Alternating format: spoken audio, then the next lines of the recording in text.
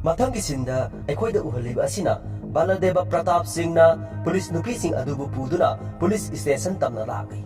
Adubu lakliba lambi adu police station yogadaba kilometer 9 amu watlibani. Mathangi sinda aikhoida uhaliba asina CBI officer Satyamurthy arsi Motupurigidamak lambi da laki. Lambi da Central Minister adu thengnaduna wari sanari. Central Minister aduna sir Aigoigi lambi sa asuki matik fatre aduna karaida busat ki hariyono.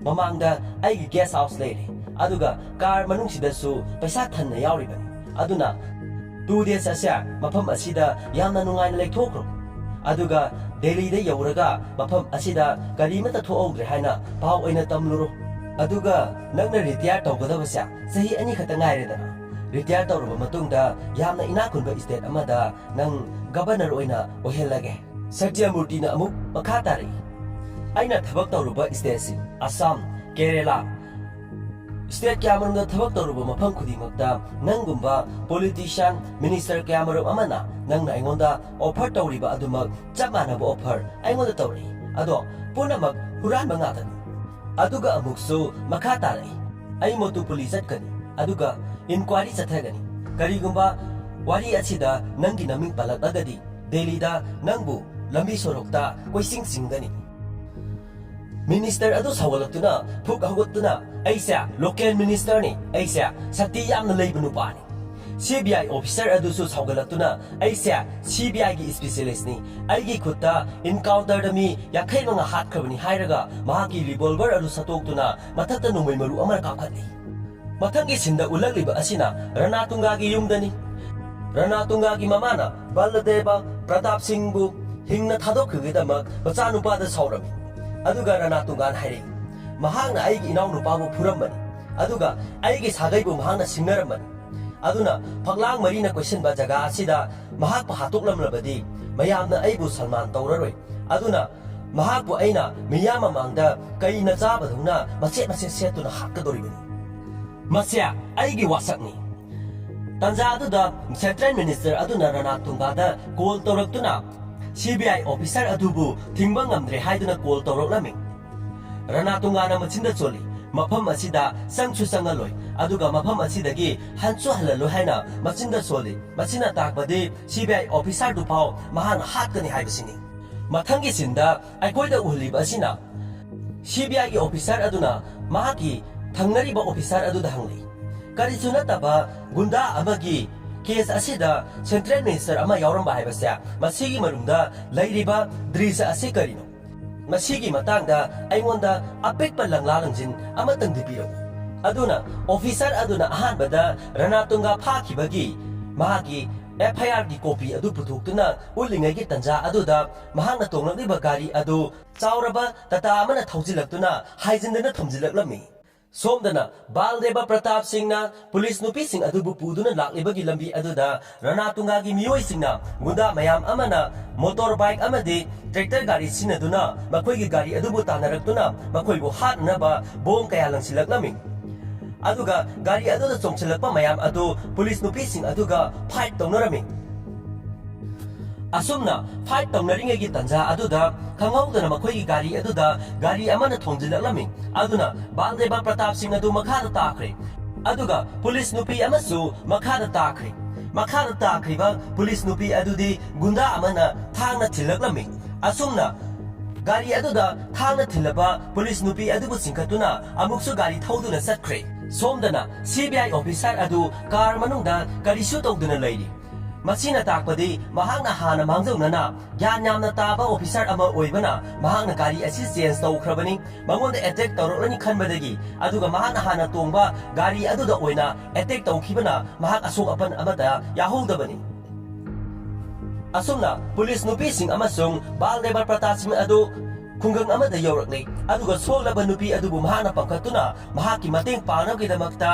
kana leige haiduna khungang aduda koilaw lawduna chatlami adubu mafam aduda leiba khunja singdi amata leiramdri tanja aduda soglaba police nupi aduna ising khaurangne haina Baladeva Pratap da hairami aduna Baladeva Pratap Singhna ising thiba laklami adubu isingi konsin adusu ising amata taraktre tanja aduda yamna solabi nupi amana Tanja aduda ahal oirabi nupi amana ising khuzai ama puduna thurakle aduga Baldeva Pratap Singh da piduna nupi adubu ising pithaknaba tawrami adubu laibak thibadi ising khajikta phau thakpa nangdana nupi adugi aroiba yup tankhre numit asi sireba police nupi asigidi ihan hana duty tawba numini adubu mahakna thawna phana inaduna madugi case ado mahak yawkhibani Tanja aduda Vijay Lakshmi ki phone da Rana Tungana call tawraklami Asumna Pratapna phone adu lokhatli laduga law speaker thai Rana Tungana Nahaki nasalsingna kappa lawbagi khonjel adu taba nungaibra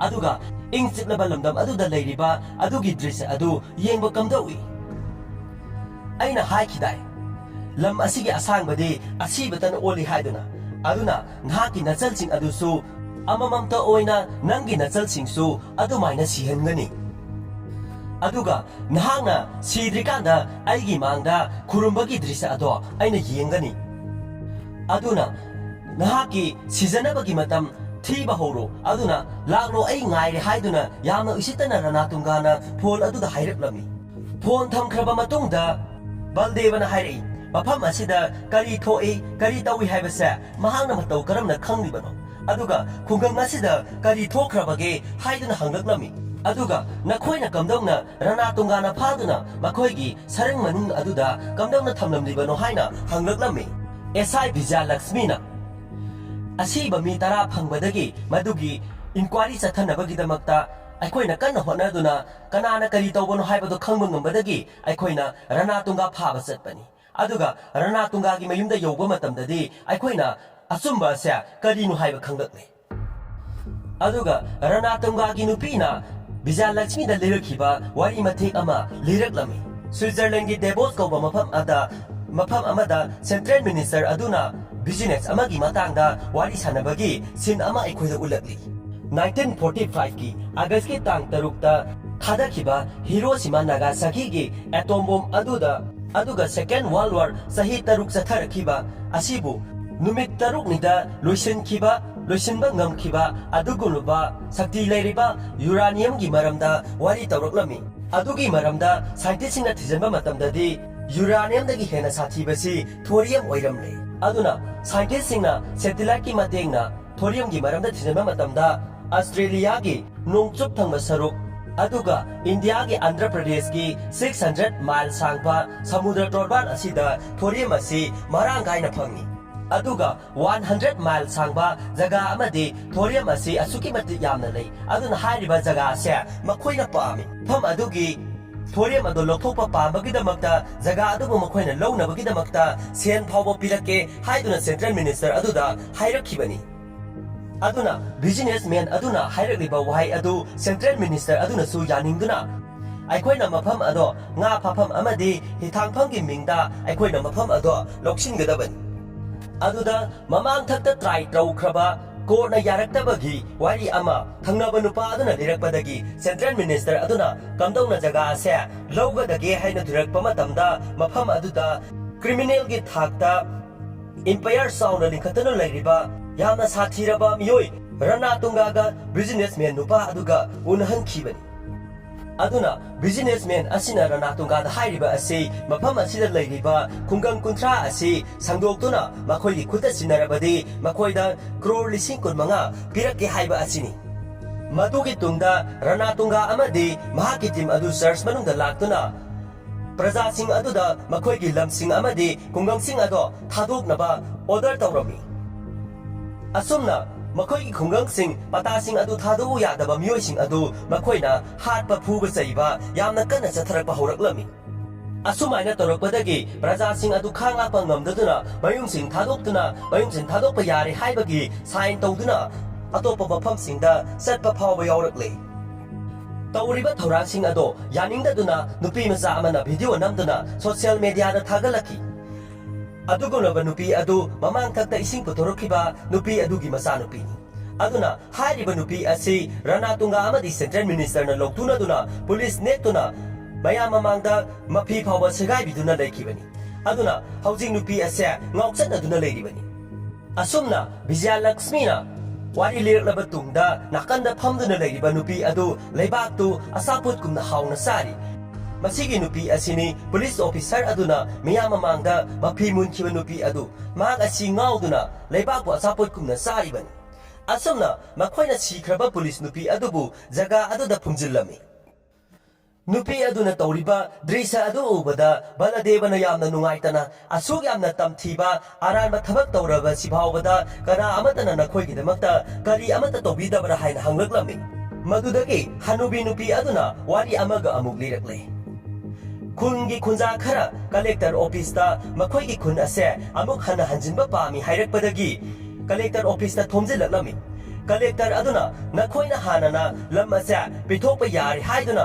nakhoina senpham kha lawri haibagi mafam asida sign toramle aduna nakhoina hairido yararoi haibadagi ningai sangdanarakpadagi makhoibu phuduna talakle collector ge office ta thomjilba makhoi adu ngaiduna leirami asuna nungdangda khul adugi laisangda collector office satkiba makhoibu halakpa ngaiduna leirambani adubu makhoina halakliba drisa adu uba matamda oiraroi khanduna mafam adu thadoktuna mipum khudima loina satnakhre tanja aduda nupi masa ama changsilaktuna aikhoigi school gi parada school ama bu thingjanbagi damakta nupi masa amana president da school thingjanbagi chithi iki aduna president masamak laktuna school asibu amuk hana hangdu hanki nupi masa aduna aikhoisu president da chithi isira haidun hanglami aduga nupa sing aduna su chithi ibada yarami masigi chithi gi marol sing asini ahan bada president na chithi asi pakhiba adu asumna chithi iba loiraduna chithi asibu president da yahonabagi damakta office ta thamlurba tungda makhoina labida halakpada rana tunga amadi mahaki gunda singna makhoibu tana duna mangakktuna hakibani rana tunga gi nupisu mangakakpa asi yauri asina takpadi mahak asisu mi hatpada yamna halengdaba nupi amani haibasini mangak yaudaba makhoi taragi masa aduni ngasai labukdagi phangkhiba adu asumna wari adu taba loiraba matungda Vijaya Lakshmina aikhoina rana tunga phaba satpa matamda police nupa amata yaudi aikhoina kona police nupa sing ase rana tunga gi miyoi ngatani haibase aikhoina kona khanglakbani aduga Vijaya Lakshmina kaptuna aikhoibu amambaka aduda miyoi kya marumna ijat mangan ki hainasu kaptuna paw asi tamni hanubi nupi aduna aikhoigi sipai sing aikhoigi lamdam asigi ngangkhai singdi inchi khudingi ngakpiri aduga aikhoigi isa sing hatok pikraba aduga aikhoigi khungang sigi jaga khudingi miyoi singna phatraba miyoi singna munbiba asidi makhoigi damakta kana amata lan thengabidi wahai adu tabada baladevana ima aisa longwini zani aikhoigi maridi ida leiba natte leihauksida leibani aikhoina hek polakpadagi na siba phawba masigi leihau asina aikhoibu senaduna lakpiribani aduga ai sikhrababu amuk hana pura u haibadi ai ngamloi adubu ai laman kumbani adubu ai laman kungani rana tungabu aina soidan hatkani asumna mathangi sinda ulakliba asina Baladeva Pratap Singh asi police station da lakpagi mami asini adubu police station da di yamna sauna respect the lady saina yamna sauna thari asumna Pratap Singh adu police station manungda changlaknai changlakpa matamda di leiramliba drisa ase angakpani zwar sanaba kanggu ama kerong sanaba kanggu ama aduga mafam adugi CI phawba PUBG sanaduna leirami asumna mahak CI officer adugi manakta sangsinduna complaint ige haina hairaklami aduga complaint ifam officer aduda insalaklami aduga complaint igadoriba nupa adusu glass amada karigumba ama thituna lei aduga nupa aduda masanama complaint adu izanaba haiduna insilaklami complaint iba haibase noigi na thawni hairaklami asumna police nupa aduna complaint inanaba ready leirami asumna igadorba complaint ado hairaklo haibadagi Baladeva Pratap Singh na igadaba marol ado haiba horakni ai idli charamani aina idli adu hauna sari kanda gunda khara laktuna thingzilaklei idli adu haidokre aina makoida sori hayu haiba yadabadagi makoi adubu aina phudatlei asumna makoina phuraba matungda makoina Ram Subaredi palaklei Ram Subaredi gi mayumda laktuna sori hayu hairi Ram Subaredi su sori hayu yadabadagi aina mahaki gundaga Ram Subaredi ga su amuk phudatlei masu sori hayu amuksu yadre aduna mahan amuksu sombulu ming palaklei sombulu ming palakpadagi di mahak makoi na toramba mayam adu sap lepi sombulu su Sorry hayu haiba yadabadagi aina mahakpu amuk phudatle. Mahakpu somulu phure dabadagi moza phurit khakta maglit laga leiramba police nupa du phawba phurit adu lisilli. Somuluna amuk mahaki mayamba Rana Tungagi maming palakle. Aduga makoiga punna amuk Rana Tungagi mayunda satle. Aduga Rana Tungana di yamna tuna adumag sorry hairakle. Adubu aina sauningduna mahaki gundasing adubu aina loina phudatle. Tanja aduda yamna sauna CI adu hogalatuna nang ngaurabra nangna loina phuraga karigidamakta complaint igadawribano haina hangdaglami. Tanja aduda Baladeva Pratap Singhna Vijay Lakshmi haiduna kauraklami.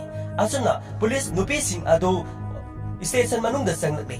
Police nupi sing adu ubada police nupa sing aduna yamna karimga thaina birami. Aduga makoibu ubada yamna hangoina noksin birami. Adumna karim narakpa adudadi SI Vijay Lakshmi adu sauduna machin khara khumlai.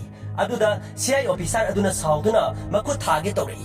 Aduda Baladeva Pratap Singhna nupegi izatpu phalangda khata thaba natana phalangda khaktamak thaba natana thamoidagi su nupi singbu respect tawnanaba sauna hairaklami. Makhoi sing asya nakhoigi nachalguma nachagumba ngatani. Makhoigi duty satluri. Aduga nakhoina makhoigi mateng pangmagi mahutta nakhoina haudonggumna sieli. Khungang kunga mapangi miyoi sing khungang khadutuna satnakri. Masida police officer ama oina nakhoina makhoigidamak kari tawbikhrage. Makok yaudraba makhoi taragi asiba haksang phangi. Makhoi taragidamakta kapla nawduna tawriba mayamdugidamakta nakhoina makhoigidamakta kari tawbikhre. Madu punamak yaningdaduna nupi macha amana yaningdaba adu utnabagidamakta thauna phana chongthuktuna tawki. Adubu hojikti mahaksu leipak saduna ngauduna leire. Asumna sumtarambadagi CI aduna station asya aigini nakhondo kankhalakano asum hairakpadagi CI officer adugi phurit ado Baladeva Pratap Singhna singduna segaire. Nakhoi masigi uniform asya nakhoina setpada sanadre. Aduna nakhoina sana uniform asya lathoktuna surrender taw. Tanja aduda maningdagi numai bakna Baladeva Pratap Singhbu suraklami. Aduga mahakpu phan amada thori tawduna kiduna ukhong amada punduna thami. Aduga mayam sangduna phurami. CI officer aduna so yana tamthina phurami. Aduga police nupi sing aduna mateng pangge tawbada police nupi sing aduda so khut thaduna makhoi puna makpu phurami. Asomna CI officer aduna somuluda call taruktuna somulubu phukhiba miyoi ado police station da mayam sangduna phaduna thamle haiduna pau piraklami. Asuna somuli adu police station da satnanaba sem saduna le. Matai ma adu thulaktuna somulu nang karaida chattoino haiduna hanglami. Somuluna sagai gi izat nangaknabagidamakta ai satkadorubani anada khara tambiu hairamlaga mahak police station tamna lakni. Yotli tawduna mahakpu ukhong amada punsinduna thammi. Asumna ngahak lereba tungda somulu adu police station tamna lakni. Yamna sauna changsilaktuna mahaki ayaba yauduna nupa asibu phurami haibigidamakta CI officer adubu khupangna thajili. Asum hairaga nomai bakna nupa asibu hanjin phuba horaklami. Tanja aduda mapukchel yamna sengba constable ahal ama sabuduna changlakpani. Oiramliba drisya adubu ubada nupa adugi masak adu ubada kariguma khara ningsingaktuna bike sodu pira u hairaga bike adu thauduna satkre. Somdana somuluna Baladeva Pratap Singhbu phuba let. Asumna somuluna nupa adu dahangi. Hey Craigman, nahak asi kanano? Nahakpu aina mafam asida makak kaktuna hatpada mafam ase sengdokpada hapta ama sangani. Aduga nangi nakok ado kaklaga aigi yumthak mathakta thekani. Mayumdagi constable nupa aduna CI da nupa aduda gari amata tawganu nupa adu asamba nati haiduna pau pirakli. Adu mathong hoktaba wa adu mafam asida tahalak adu haiduna sauraklami. Aduga Baladeva Pratap Singhda khut thananaba amuksu silaklami. Khanghaudana jail manungdagi nupa amana mahakpa haugal anganu sir mahakna haugal aglabadi nakhoi amata lemna thararoi nakhoi amata hingpham leiraroi. Mahak ado soidena hinglamkini hairaga mahaki mamangi wari ama liba hauраklami. Asumna mamang thakta thokhiba Dhaka Central Jail da yamna tamthiraba gunda amakha mahakna yamna nongna changlakraga irai laina maikiba pikhibagi wari adu liraklami. Mahak asya yamna isam chamba atom bomb nate mahak asya bulldozer ni hairaklami.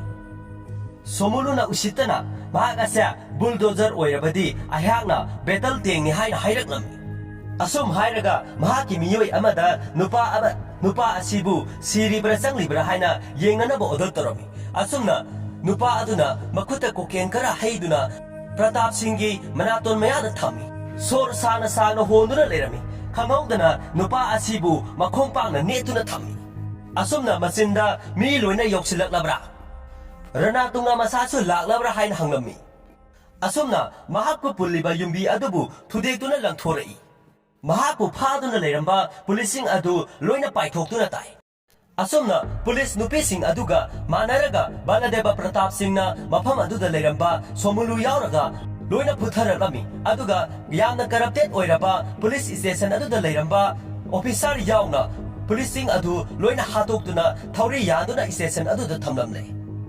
Tanja aduda khamoi sengchaba police constable aduna nupa aduda thagatwai haiduna makhoigi nomoi thambam khusugolai thambam adu taklami asumna makhoi police station adudagi thokraga makhoi mafam amada mamai mabi chamthokli mathangi sinda uhaliba asina rana tunga amadi mahaki team asi police station tapna lakpa asini police station tapna lakpa matamdadi Mahaki manau nupa yauna mafam aduda leiba policing loina thauri yanduna leiramba adu thengnari tanja aduda ngasai jail manungda leiramba nupa adu thoraktuna nang mafam asida laklibase nangi naknaba mari mata yawra nang khara thengna laise phare nangna khara nganna laknamba taragadi hujik mi kunthra yaliba ase kunthra ma thoi suramgadabani hairakna tanja aduda rana tungada Baladeva Pratap Singhna call tawraklami Nahangna sahi kaya mi kaya hatuna thamlakhiba ado ngasidi nangi nanaw nupana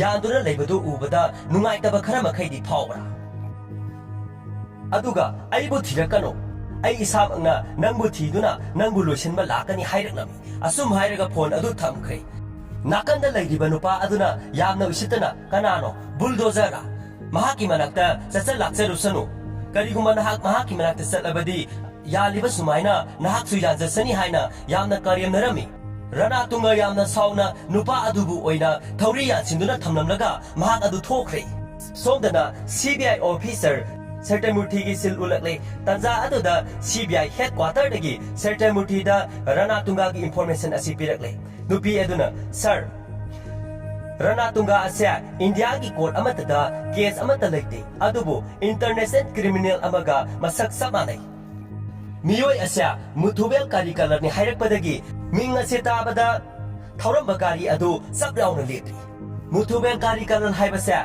Japhana Tiger Force ki deputy commissioner ni mahak asya ex minister ama hanubagi mastermind tawrubagi damakta haiba group asidagi mahak asya tathorakhibani aduna Sertamurthi na mahaki detail ado asengba tharaknanaba office lomda haikre somdana Vijay Lakshmi na Pratap ki manakta changsinduna makoi motupuri da salasi haina hairam adubu lan ase mahak masan oina loisilagi haina pakhum piraklam Vijay Lakshmi na sir nahak ase kanano karisu thongnadraba aikhoi gi damak nahak na izzatsu kanbire aikhoi gi thawabi su kanbire aduga karisu thongnadraba khungang asigi damakta nathwai khubakta haptuna la thengnabiri nahak ase kanano sir somdana New Delhi gi Indian Army headquarter dani CBI officer Sertamurthi na call tawraktuna Motupulida yamna sathiba case ama leiri masigi damakta president ki direct order na ai mafam asida lakli aduna special force ama darkar oi haiduna call tawraklami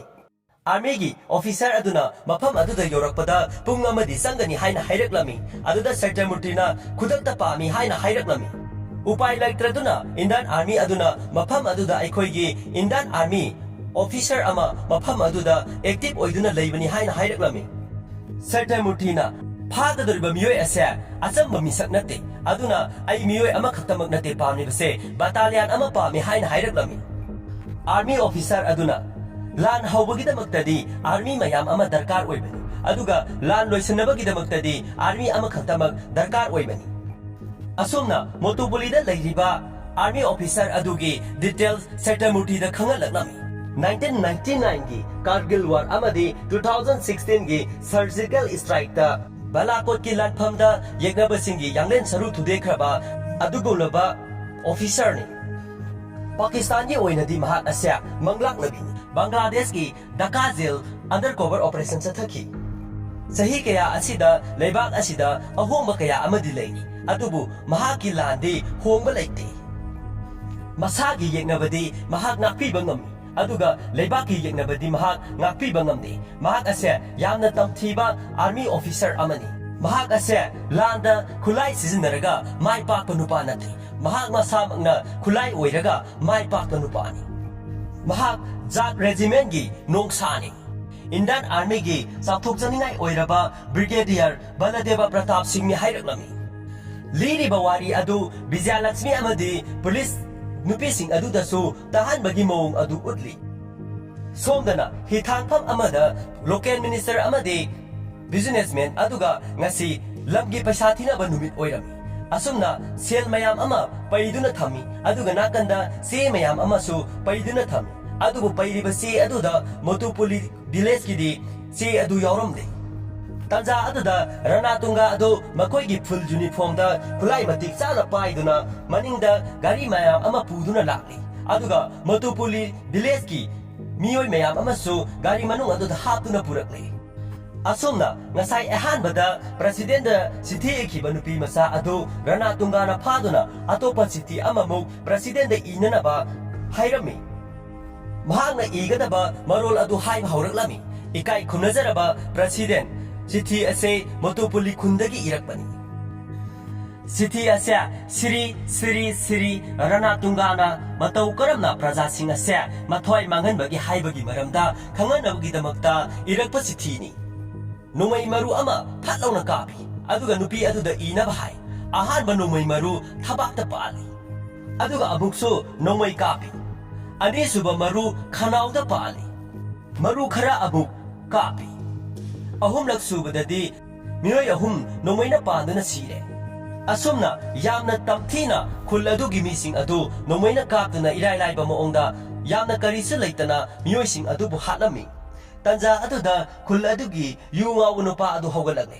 Asima su iu masima su. Nahak na tauriba kudimak lanbinaba nahak pumaithiba pinaba kanagumba amasu laknani. Masima su iu nahak na lammungadoriba jaga asida nonglai nuksit laktuna nahaki haksang basu makada phumjinkini. Masima su iu nahak na kakhiba khubising aduna nahak pu thauri yanduna hatlagani. Masi tabada Ranatungana nupa adubu nongmai kapsinduna hatokle. Tanja aduda sopar ama paisilektuna Baladeva Pratap Singh na Lairamliba lalhoba mayam aduda mathaktagi nomai kaptharaklami. Asumna yamna akanba maongda nomai kapnarami. Nomai kapnamagi maong asi asuki matik phajai. Mahangna machine gun kaya sizinaduna su nomai kapli. Asumna lairamba lanmi mayam adu halaba tungda Ranatunga upai lairaktanatuna sithi iriba nupi masa adubu phaduna nomaina nami. Aduga mahaki nomai adubu makhada thamdanaba order tawrami. Tanja aduda nupi amana mahakti angangni thadokpiyo haina changchalakpada Ranatungana nomaina kaptuna nupi adu hatok. Brigadier Baladeva Pratap Singh khulai thadokle. Ranatungana aihaki khutta misamdagi lanmina hena aigi khutta tubani. Aduna aina satrikanda ngasi lanmi amasu hatpa phanggadori. Asumna tawringaida khunjasing mayam ama changsilatuna Pratap Singh bu kanduna thami. Asumna tawringaida Pratap Singh adu Ranatungagi manak mamangmaktada leptuna leisali. Aduga onthorakpada nupi masa adu su leiramdre. Asumna makhoi phunaba horaklami. Asumna yamna kanba maongda phunari. Brigadier Baladeva Pratap Singh na Ranatunga bu asuki matik sathina puri. Ranatungana aihakna sahi tara mga sangna sagatsarakpa impayar asya nahakna pung tara da loisile. Nahak ase kanano. Pratapna aihak zani ay layhaw asida saurapani. Masagi thadok miyamgi hana khanba aduguna balani. Asumna mahakpu masagtakna batungda Baladeva na mahaki ngaksamda yoli thangduna praja mayamna yoli adu singkatuna Ranatunga bu hale. Somdana Ranatunga gi nupisu Vijay Lakshmi na phaba laklami. Adubu khangawduna makhuna pairamba nomai aduna masa matomta kapsinduna suicide tawduna sijakre. Aduga mama aduna madugi matau adu ubada heart attack tawduna sikre. Asumna Sertamuti ne Europa matamdadi Brigadier Baladeva Pratap Singh na khudima loina loisillamne. Asumna praja mayam amadi lairamliba mayam aduna mangonda salam toromi. Asumna Brigadier Baldeva Pratap Singh adu helicopter tuungduna sananaba thorang tauringaida ngasaigi nupi macha ama chensilaktuna mangonda konsilli. Aduga karigumba problem ama thonabadi nahak korake lakadra haina hangami. Aduga Brigadier nasu lakani haiduna khumlami. Asumna President da Secretary Mutina Brigadier Baldeva Pratap Singh na taukiba afaba thabak khudimak President da wari loina lirami. Asumna Brigadier Baldeva Pratap Singh so sopar tungduna sakre. Asumna movie asi so matang asida loisille.